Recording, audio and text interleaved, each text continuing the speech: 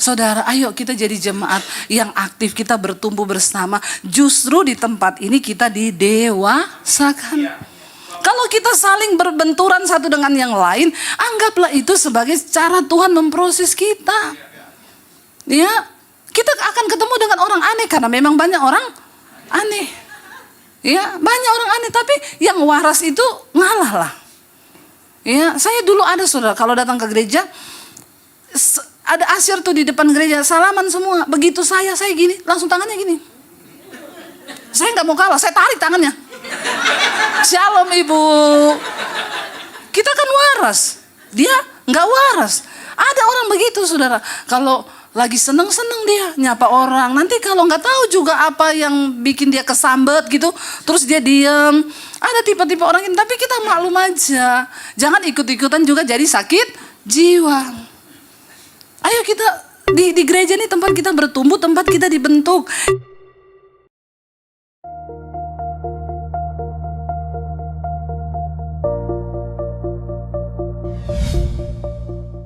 Di dalam nama Tuhan Yesus, yang percaya Tuhan di tengah kita memberkati kita. Mari katakan bersama, amin, amin, amin. Silahkan duduk Bapak Ibu, shalom. Apa kabarnya hari ini? Luar biasa. Saya percaya saudara kita semua ada karena anugerah Tuhan, amin. Dan hari ini tema firman Tuhan adalah aku, kamu, dan dia. Ya, ini bukan tentang cinta segitiga. Ya, ada lagu rohani yang katanya lagu selingkuh dong. Yesus cintaku, ku cinta kau, kau cinta dia. Katanya ya berarti selingkuh dong. Enggak ya. Kita sedang berbicara tentang sebuah komunitas tempat kita bertumbuh bersama menjadi orang-orang yang mencapai perkenanan Tuhan. Amin. Karena kita semua gereja dikatakan adalah tubuh Kristus dan kita semua adalah anggotanya. Mari kita buka bersama dulu, kita baca 1 Korintus pasal 12 ayat 27. 1 Korintus 12 ayat 27 ya, firman Tuhan berkata di sana. Baca 1 2 3. Kamu semua adalah tubuh Kristus dan kamu masing-masing adalah apa? Anggota ya.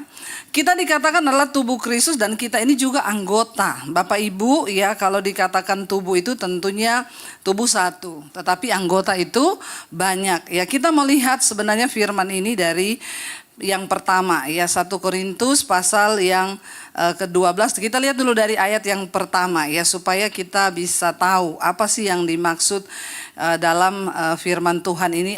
Bukan ayat yang pertama. 1 Korintus 12 ayat 12. Banyak anggota tetapi satu tubuh ya. Kita lihat ayat 12 berkata di sana, karena sama seperti tubuh itu satu dan anggota-anggotanya banyak, dan segala anggota itu sekalipun banyak merupakan satu tubuh, demikian pula Kristus ya. Ayat 13. Sebab dalam satu roh kita semua, baik orang Batak, orang Manado, orang Poso, orang apa lagi? Jawa, ya orang Chinese. Kita ini orang baik Budak, orang Merdeka, kita telah dibaptis menjadi satu tubuh dan kita semua diberi minum dari satu roh. Amin. Ya, jadi kita ini harus tahu dulu kita ini satu walaupun kita berbeda ya. Ada yang Batak, Manado, ada Chinese, ada Jawa, tapi kita minum dari satu roh yang sama. Ayat 14, karena tubuh juga tidak terdiri dari satu anggota, tetapi atas banyak anggota. Andai kata kaki berkata, karena aku bukan tangan, ya aku tidak termasuk tubuh. Jadi benarkah ia tidak termasuk tubuh? Atau andai kata telinga berkata, karena aku bukan mata, aku tidak termasuk tubuh. Jadi benarkah ia tidak termasuk tubuh? Andai kata tubuh seluruhnya adalah mata, di manakah pendengaran? Andai kata seluruhnya adalah telinga, di manakah penciuman? Ya, jadi saudara nggak bisa kita berkata, karena kaki. Bayangkan kalau tubuh itu kaki semua. Jadi apa coba? Ya, kita makan pakai kaki, itu akrobat tahu? Setengah mati enggak? Setengah mati ya. Ibu-ibu yang mau dandan pakai alis pakai kaki. Maka alisnya jadi ya jalan bertikungan. Itu kalau semua anggota tubuh ini kaki semua, ya orang kalau semua juga kepala, ya nggak bisa saudara. Semua mata, terus mata jadi kayak setan malah ya. Ya, atau semua telinga, atau semua komplit tapi nggak ada lidah buat merasa. Jadi saudara nggak bisa rasa soto. Nggak bisa rasa enaknya makanan kan Tuhan itu sudah tahu dan paling tahu. Dia sempurna dalam segala ciptaannya. Dikatakan di sana begini, coba lanjutkan saudara. Ya, andai kata tubuh itu seluruhnya adalah mata, di manakah pendengaran? Andai kata seluruhnya adalah telinga, di manakah penciuman? Ayat 18. Tetapi Allah telah memberikan kepada anggota masing-masing secara khusus suatu tempat pada tubuh seperti yang dikehendakinya. Ayat 19. Andai kata semuanya adalah satu anggota, di manakah tubuh? 20. Memang ada banyak anggota, tetapi hanya ada satu tubuh. Ayat 21. Jadi mata tidak dapat berkata kepada tangan, aku tidak membutuhkan engkau. Atau kepala tidak bisa berkata kepada kaki, aku tidak membutuhkan engkau. Ayat 22, malahan justru anggota-anggota tubuh yang nampaknya paling lemah, yang paling dibutuhkan. Dalam tubuh kita ini ada mata, telinga, mulut, tangan, kaki. Ada anggota tubuh yang tersembunyi, yang rasanya tidak penting. Yang saudara kalau mau buang air besar, harus lewat dia. Coba saudara bayangkan kalau dia ngambek. Terus kau gak bisa buang air besar 1 minggu, hello? Maka kepalamu sakit, ya enggak? Jantungmu nyut-nyut, ya kan? Lidah makan tidak enak, karena dia ngambek. Jadi jangan pernah merasa, oh yang paling bagus tuh mata, oh yang paling bagus jadi telinga, oh yang paling bagus ini, enggak. Ya, justru anggota-anggota tubuh yang paling lemah itu yang paling dibutuhkan. Di gereja tidak semua orang itu, ya, hanya yang baik saja. Saya tadi bilang apa Yosua sebagai gembala harus bisa menempatkan orang. Yang jadi asyir taruhlah yang good looking. Bukan apa-apa saudara ya. Orang datang dari rumah banyak masalah. Tiba-tiba dia datang yang ditaruh jadi asyir kayak debt collector. Dia bilang aku ini minggu lalu udah dikejar debt collector. Kenapa aku sampai di gereja ketemu jadi asyir. Jadi itu menambah. Bukan masalah selesai, jujur dia baru masuk pintu dia lari lagi loh Pak. Jangan-jangan ini temannya debt collector kali. Ya, jadi taruhlah orang yang di asyir itu yang good looking, enak dilihat. Kalau datang shalom Pak. Karena jemaat ini banyak aneh-aneh juga nih jemaat. Tidak semua jemaat waras. Iya Pak ya. Ada jemaat masa ngomong sama saya, Bu saya nggak mau ke gereja situ lagi. Kenapa? Itu asyirnya Bu, sombong, nggak mau senyum sama saya. Saya bilang Ibu, jangan-jangan dia besok mau jatuh tempo. Kenapa Ibu sudah menghakimi asyir? Karena kan asyir juga manusia toh. Kalau jatuh tempo ada duit nggak apa-apa, jatuh tempo tidak ada. Itu nggak bisa tersenyum saudara. Tolonglah jemaat itu, kau juga ini jangan aneh-aneh ya. Kita ini datang ke gereja supaya iman kita ini bertumbuh. Saya bilang sama Pak Yosua, kalau yang model-model debt collector itu suruh jadi pembawa kantong kolektor. Karena muka intimidasinya ada banget gitu. Jadi orang mau kasih 20.000 nggak jadi. Dia datang ini, iya Pak ampun, tuker 100.000 gitu ya. Jadi perlu diancam juga nih jemaat. Di gereja itu saudara kita nih berbagai macam orang ya. Tapi kalau kita semua datang dengan kerendahan hati mau dibentuk di tempat ini. Tujuannya coba kalau datang tuh tanggalkan dulu. Tanggalkan dulu merek mobilmu apa. Ya, tanggalkan dulu jabatanmu tuh apa. Supaya kalau ada orang gak senyum, belum tahu dia. Ya, belum tahu dia siapa aku. Memang kau gak terkenal kok. Jadi dia nggak tahu kau siapa. Jadi nggak usah terlalu merasa penting, amin. Ya, di gereja ini tidak semua orang itu seperti yang kita mau. Ya, ada yang lemah itu justru yang paling dibutuhkan. Dan kepada anggota-anggota tubuh yang menurut pemandangan kita kurang terhormat, kita berikan penghormatan khusus. Dan kepada anggota-anggota kita yang tidak elok, kita berikan perhatian khusus. Di gereja ini tempat kita yang buat pelayan Tuhan, kita melayani di sini. Pemain musik, jangan berpikir kau yang paling hebat. Wow, aku yang paling dilihat, pemain musik di depan. Kau biar jago main, kalau nggak ada jemaat juga mau apa? Hah? Mau main di ruangan kosong, setan yang nonton? Nggak bisa juga. Mau saya bisa pinter khotbah, kalau nggak ada jemaat juga buat apa? Ya, jadi kita di sini semua saling mengisi, ya toh? Saling membutuhkan. Tidak ada yang pemusik lebih hebat, pengkhotbah lebih hebat, nggak ada, multimedia itu nggak penting, ini itu nggak penting. Yang paling nggak terlihat itu pendoa. Pendoa di belakang. Ya, saya pertama kali bertobat, pelayaran saya apa? Pendoa syafaat. Pelayaran saya pertama kali apa? Saya datang ke gereja, saya bilang saya mau melayani Tuhan. Saya boleh nggak melayani Tuhan? Oh boleh, mau jadi apa? Mau mendaftar jadi pendoa. Coba saudara daftar jadi pendoa, pasti diterima ya Pak Yosua ya? Pasti langsung diterima itu. Jangan daftar jadi pemusik, nggak usah sok-sokan. Apalagi daftar jadi pendeta, Pak, saya ini pengkhotbah. Aduh, itu nggak usah deh, itu butuh jenjang lama, ujian dari Tuhan, malang melintang dulu baru bisa. Tapi kalau kau daftar jadi pendoa, pasti langsung diterima, saya jamin. Saya daftar di gereja itu, saya mau melayani jadi apa? Pendoa.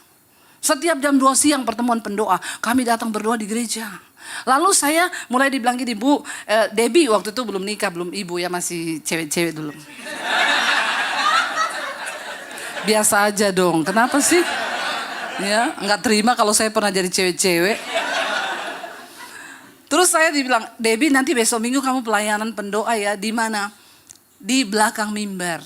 Ibadah 2 jam, 2 jam saya berdoa di belakang mimbar. Ya, berdoa kita di belakang. Tuhan, dalam nama Yesus sertai ibadah kami Tuhan, biar hadirat Tuhan turun, kami berdoa. Tengking itu semua jemaat yang datang dengan kepahitan, tolong biar lewat firman dia dijamah Tuhan, roh ngantuk pergi. Karena ada ini jemaat-jemaat ini, saya lagi khotbah gini. Itu paling menjengkelkan sih. Saya udah khotbah keringetan terus lu tidur gitu. Maksudmu khotbah saya ini membawa kau tidur gitu?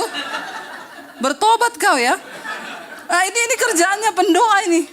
Jadi kita dulu di belakang mimbar tuh berdoa 2 jam. Tuhan berkati pengkhotbahnya, berkati pemusik, berkati biar hadirat Tuhan turun. Jangan kau pikir itu tidak terlihat, tapi itu yang paling penting. Saya dulu melayani begitu pertama kali ketika saya bertobat. Ya, coba saudara daftar jadi pendoa. Ya, jangan juga kau jadi Kristen pengangguran. Saya ini lihat banyak orang Kristen pengangguran di gereja. Datang nikmati AC, duduk protes lagi. Ini musiknya kok enggak enak ya. Udah datang duduk protes lagi, khotbahnya enggak enak ya tadi. Udah gitu Pak, kolektor 5.000. Astagfirullah subhanallah. Banyak jemaat yang perlu bertobat nih, orang Kristen nih, benar-benar. Saya itu melihat ya, dengan mata kepala saya sendiri. Saya ini punya persekutuan saudara sebulan sekali. Jangan kau pikir buka gereja itu untung. Wah, buka gereja duitnya banyak. Ya. Kadang-kadang satu ibadah gini nggak nutup loh. Bener, jangan suka dengan orang-orang yang suka nyinyir. Oh, pendeta itu mata duitan. Kau pikir kadang ini nggak nutup. Ibadah begini nggak nutup. Saya juga mengalami buka persekutuan. Ngitung kolektor, anak saya bilang, Mam, ini loh ada 2.000. Saya bilang jangan kau seujon nak. Kita doakan, kalau dia memberi duitnya tinggal 2.000, dia kasih. Tuhan berkati orang ini. Tapi Tuhan, kalau duitnya banyak terus dia kasih 5.000, terkutuk kau, terkutuk. Orang Kristen pelitnya minta ampun. Nggak usah saya kutuk juga kau masuk neraka kok. Karena Alkitab bilang, orang yang nggak masuk surga salah satu orang pelit. Amin. Terus-teruskan tuh pelitmu. Ya, kolektor 5.000, kebangetan nggak? Udah gitu nyanyi lagi, persembahan kami sedikit sekali. Udah sedikit dia bilang, kiranya Tuhan terimalah dengan senang hati. Kurang ajar nggak?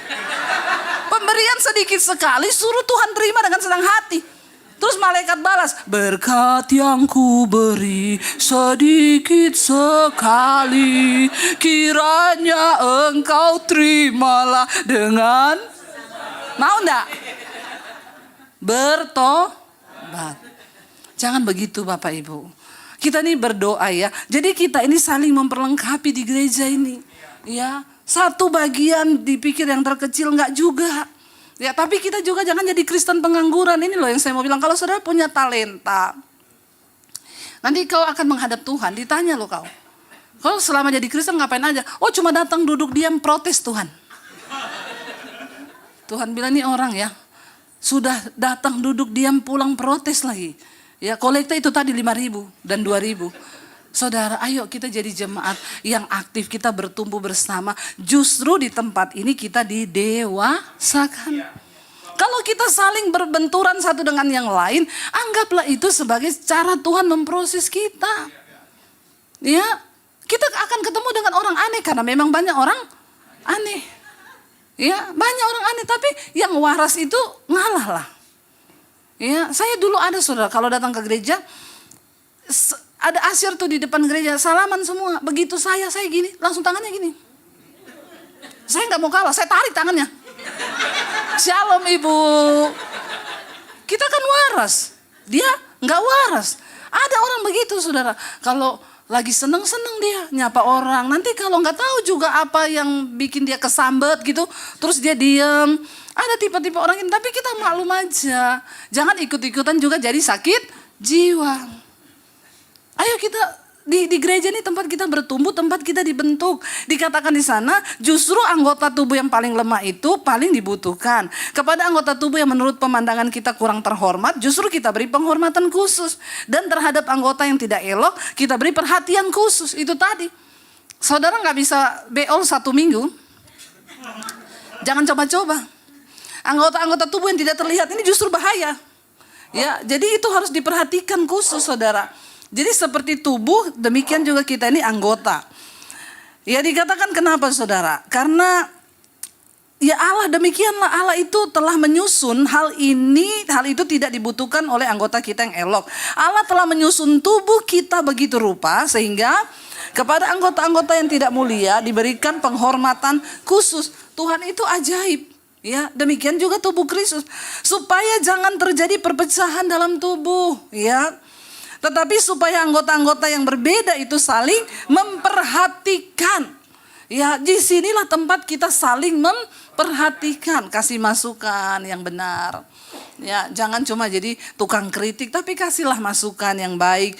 Ya, oh Pak ini begini supaya kita sama-sama bertumbuh. Ayat 26, Karena itu jika satu anggota menderita, semua anggota turut menderita. Jika satu anggota dihormati, semua anggota turut bersukacita. Ya, jangan ada yang menderita kita syukur kau. Ya, jangan begitu saudara. Kita berdoa supaya di tempat ini kita sama-sama dibangun, dibina. Memang Tuhan menciptakan manusia itu berbeda-beda. Saya tadi pagi ada singgung sedikit tentang personality. Ya, personality ini kita semua harus tahu. Tuhan menciptakan semua orang itu dengan warna personality yang berbeda. Ya, saya ini koleris, warna saya merah. Ya, orang koleris itu paling cocok nikah sama orang flegmatik yang hijau. Ya, cocok. Ya, karena kalau tidak bahaya. Kenapa terjadi perceraian? Karena tidak cocok. Dan Tuhan itu untuk mengatur manusia itu tempat kerjanya di mana, pernikahannya sama siapa. Ya, orang-orang flegmatik itu banyak, daerah-daerah Jawa sekitarnya itu banyak. Ya, mereka yang halus, yang lembut. Ya, suami saya itu hijau, flegmatik saudara. Jadi saya ini merah yang panas membara, tapi saya ini seperti Paulus, Rasul Paulus. Ya, jadi makanya saya kalau khotbah itu ya nggak usah pakai basa-basi. Jadi kalau saudara kepahitan sama saya itu urusanmu. Karena saya menyampaikan firman Tuhan. Ya, saya kalau ngomong ya begini, saya yakin khotbah begini Pak Yosua nggak bisa. Ya, Bapak nggak bisa kan ngomong kolektor 5.000. Coba berapa berani ngomong begitu?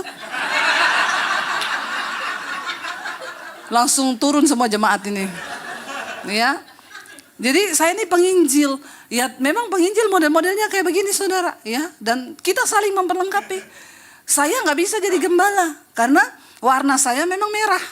Ya, jadi kalau ada jemaat datang, Bu Debbie boleh didoakan, doa sendiri. Masuk kamar tutup pintu, itu Alkitab bilang.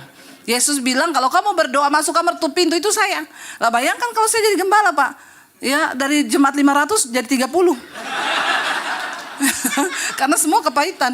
Apalagi jemaat sekarang ini kan ya aneh-aneh, pengennya diperhatikan, pengennya dikasihani, pengennya dibina, pengennya di apa. Tapi Tuhan menciptakan kita dengan warna yang berbeda-beda. Saudara, saya cuma kasih gambaran begini. Ya, orang merah itu diperlukan ya karena saya ini merah campur ungu. Jadi ada kolerisnya tinggi, melonya sedikit. Makanya saya juga gampang nangis. Ya, tapi itu Hitler juga merah ungu loh Pak. Ya, Tapi kan saya sudah bertobat ya, Ilter enggak bertobat. Jadi saudara ya sangat tidak disarankan Merah menikah sama Merah. Nanti tiap malam Pak RT datang terus ke rumahnya. Kenapa ribut-ribut ya Pak ya? Ya memang Merah ketemu Merah, berantem tiap hari. Tapi kalau Ijo juga nikah sama Ijo, Pak RT juga datang ke rumahnya. Masih hidup nggak orang di sini? Nyaris tak terdengar. Ya jadi seperti itu. Tuhan itu baik. Saya kasih contoh saudara. Kalau orang jadi guru nih ya. Orang Merah kalau jadi guru. Dia masuk kelas. Anak-anak sudah bikin PR? Belum Bu. Sekarang juga kalian semua keluar di luar jemur sampai jam 2 siang. Maka besok semua orang tua murid datang ke sekolah. Kenapa? Karena ada guru koleris. Kalau Melo, Ungu jadi guru. Anak-anak sudah bikin PR? Belum Bu. Kenapa kalian itu pandang enteng sama ibu? Dia kepahitan, sakit hati. Ya, kalau orang kuning, ya sanguin jadi guru. Anak-anak sudah bikin PR belum, Pak Guru? Santai aja, yang penting happy. Maka anak-anak hancur semua. Ya, yang paling cocok itu orang hijau jadi guru. Ya, kalau suruh jadi marketing itu orang kuning tuh. Ya gampang tertawa, ditolak. Jadi Pak begini Pak, saya ini ada penawaran Pak begini. Pasti Bapak gini. Ditolak pun oke Pak, bulan depan saya datang lagi ya. Orang ungu saudara suruh jadi marketing orang ungu. Dia pulang bunuh diri. Ditolak 3 orang, bisa bunuh diri dia. Ya terluka, sakit hati. Orang ungu taruh di mana? Administrasi. Nggak ketemu orang. Di belakang komputer hitung duit teliti, itu benar. Jadi Tuhan itu ajaib loh. Kalau kita ketemu orang ungu dalam pelayanan banyak juga. Yang kita ngomong dikit, aduh kok maklum aja, Melo. Jadi saya sekarang sama suami hampir nggak pernah berantem. Di sini ada suami istri yang tidak berantem? Yang tiap hari nggak berantem, angkat tangan. Saya doakan kau terangkat hidup-hidup seperti Henok. Seperti Henok kau terangkat hidup-hidup. Ada? Nggak ada ya? Ada saudara saya tanya, Bapak Ibu yang gak pernah berantem, angkat tangan suami istri ini. Kenapa luar biasa kok? Iya karena kami gak omongan Bu. Sudah pisah ranjang 1 tahun, makanya gak berantem karena gak pernah omongan. Saudara, ya jadi kita nih ketemu orang macam-macam. Ya, kita harus beradaptasi. Manusia diciptakan sebagai makhluk sosial. Tapi dengan berbagai karakter yang berbeda-beda. Nah kita harus bisa menyesuaikan. Saya sama suami sekarang sudah enggak. Kenapa saudara? Contoh ya perbedaan kita yang jauh. Suami saya itu kalau terima WA. Saya bilang saya itu WA dibalas dulu penting. Kayak gak ada hari besok. Tidur aja dulu. Itu orang hijau. Hijau dia tidur. Lah orang merah. Tidak bisa tidur sebelum balas itu chatting. Coba kalau kita tidak mengerti warna.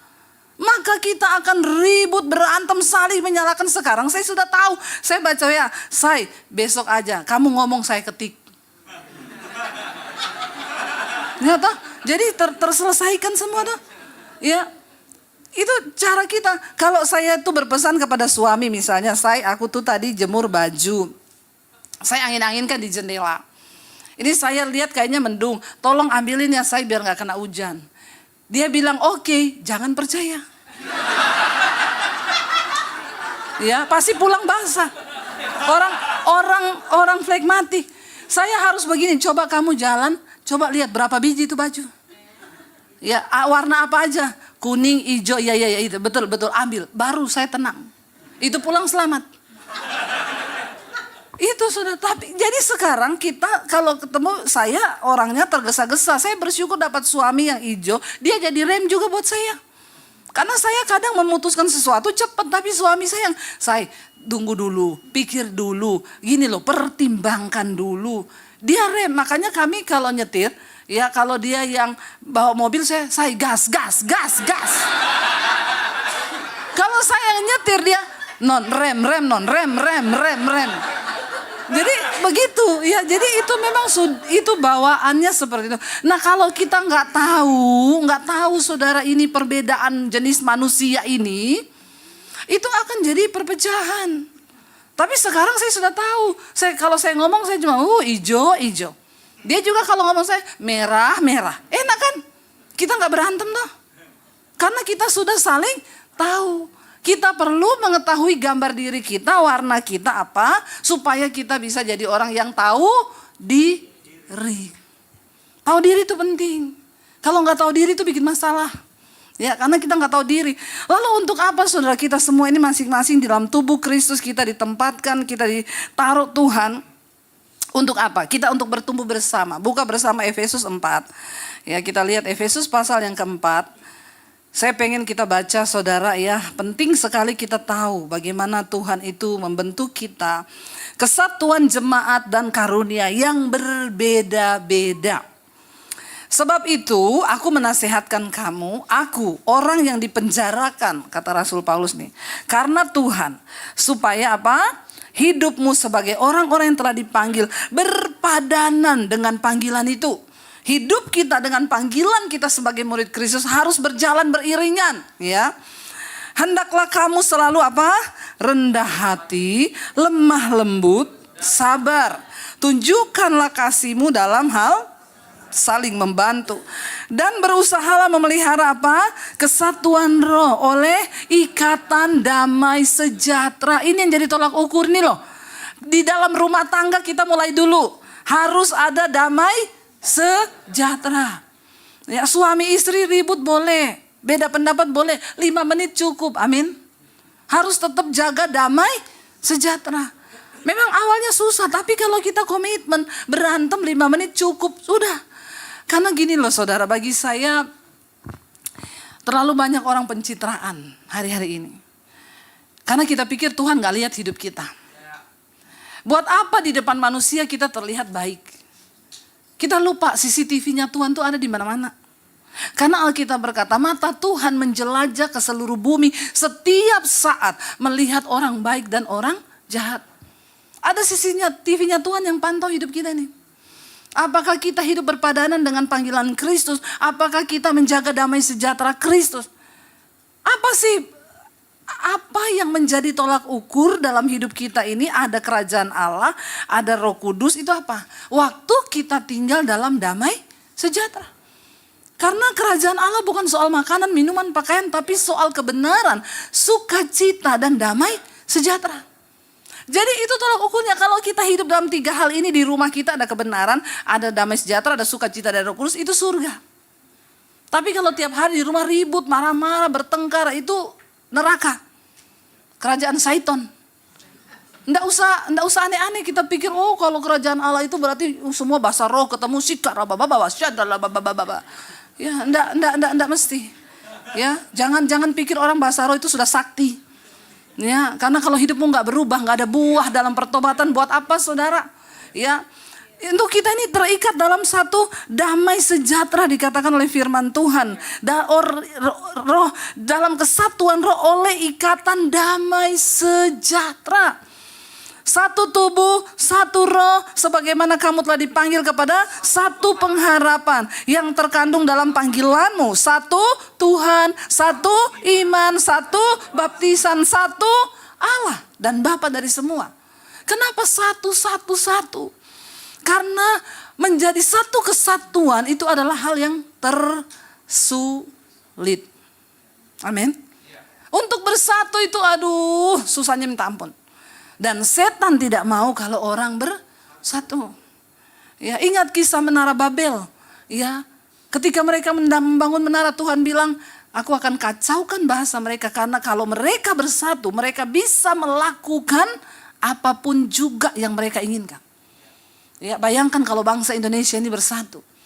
Ya, makanya banyak orang mau pecah belah bangsa kita. Doakan bangsa ini saudara, nggak usah ikut-ikutan mengutuk. Kita doakan yang terbaik. Mau prediksinya apa? Ya, dolar naik, apa naik, ya berkat Tuhan juga naik. Amin. Ya. Benar kan? Kita imani yang benar dong. Saya lihat tulisan demo gini. Bosan jadi WNI. Di Jepang banyak rumah kosong yang gak ada penghuni. Kalau udah bosan jadi WNI, pindahlah ke sana. Ya, banyak rumah-rumah yang tidak ada penghuni lagi, sudah gak ada orang. Kau ada di bangsa ini bukan secara kebetulan. Doakan bangsa ini, amin. Ya, doakan presidennya, doakan wakilnya, siapapun yang terpilih. Mereka adalah wakil Tuhan di atas bangsa kita, kata firman Tuhan. Pemerintah adalah wakil Allah. Ya, kita doakan. Karena untuk menjadi satu, kita gak usah bicara bangsa ya, di rumah tangga dulu deh. Ya, di rumah tangga ini menjadi satu itu sulit apa sulit? Yang bilang sulit angkat tangan.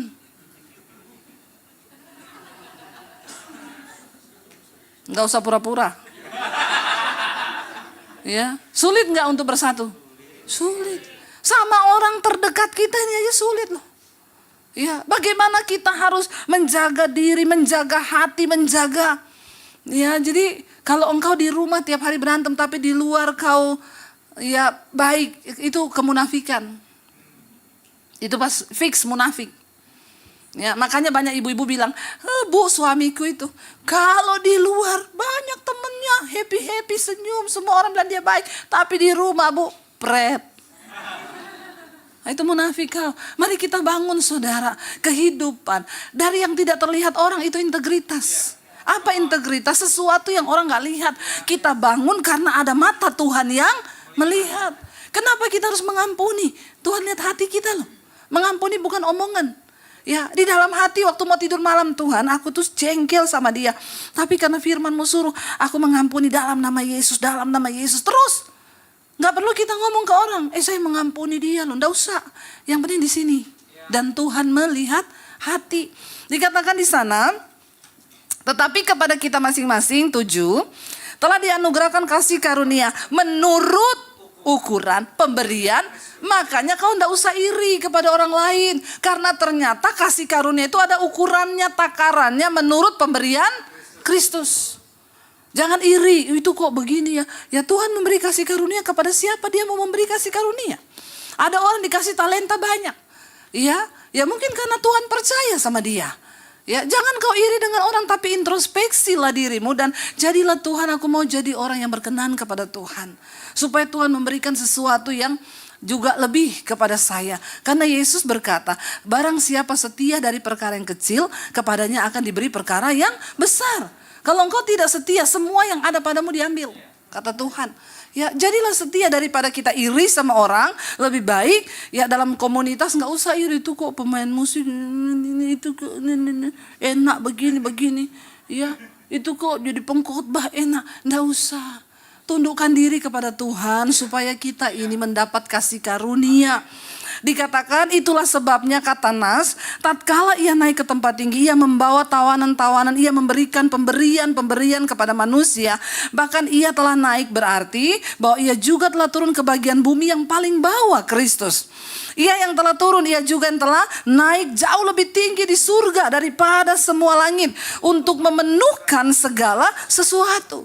Dan dialah yang memberikan baik rasul-rasul maupun nabi-nabi, baik pemberita-pemberita Injil, Pak Yosua, baik Debbie Basir, baik Bu Alena, siapa saja, maupun gembala-gembala dan pengajar-pengajar. Untuk apa saudara? Untuk memperlengkapi orang-orang kudus bagi pekerjaan pelayanan, bagi pembangunan tubuh. Saudara ada di tempat ini hari ini.